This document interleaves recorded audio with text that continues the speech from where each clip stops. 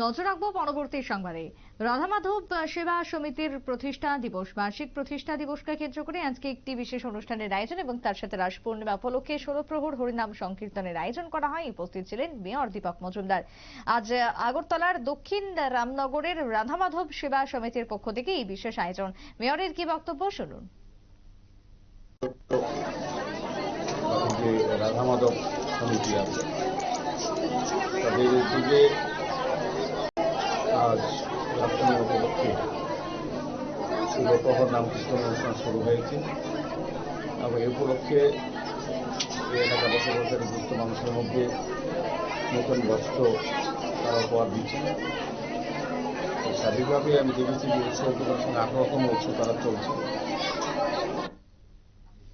আপনারা শুনলেন মেয়রের বক্তব্য। আজকের এই রাধামাধব সেবা সমিতির অনুষ্ঠান আয়োজনকে কেন্দ্র করে ব্যাপক উৎসাহ ছিল ধর্মপ্রাণ মানুষের মধ্যে। ছোট্ট বিরতির পর ফিরবো, সঙ্গে থাকুন।